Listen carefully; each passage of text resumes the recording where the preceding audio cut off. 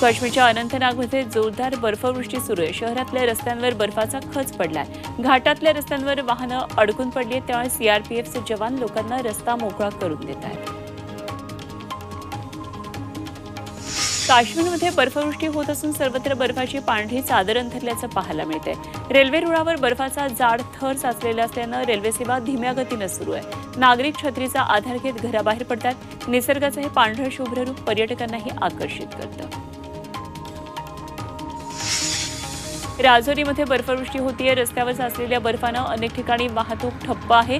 पीरपांजल डोंगररांगांमधल्या मुघल रोडवर प्रशासनातर्फे बर्फ हटवण्याचं काम सुरू आहे। लडाखमध्ये पँगॉन्ग लेक परिसरात बर्फवृष्टी सुरू आहे। संपूर्ण तलाव बर्फामुळे गोठलाय। या गोठलेल्या बर्फावरच मॅरेथॉनचं आयोजन करण्यात आलेलं। अमृत नोनी आर्थो प्लस ये एक प्रूवन फॉर्मूला है। इसमें मौजूद नोनी फल के गुण और आयुर्वेदिक जड़ी बूटियां शरीर को जरूरी पोषक तत्व देने के साथ साथ हड्डियों और जोड़ों के घिसने, उनमें होने वाले सूजन और दर्द को रोकने में मदद करता है। दर्द मुक्त जीवन के लिए अमृत नोनी आर्थो प्लस।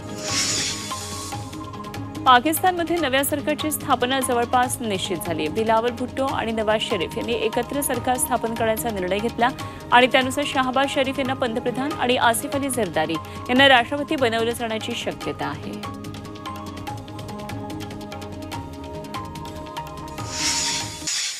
शेअर बाजारातून जास्त नफा मिळवून देतो असं सांगत लोकांची ऑनलाईन फसवणूक करणाऱ्याला आमगाव पोलिसांनी मुंबईतून ताब्यात घेतले। दिलीप कुमार मटाले यांच्या तक्रारीवरून त्यांनी कारवाई केली आहे। वेगवेगळ्या फार्मच्या नावानं वेगवेगळ्या बँकेमध्ये चालू खातं उघडून त्यावर लोकांकडून रक्कम घेऊन ही फसवणूक करण्यात येत होती।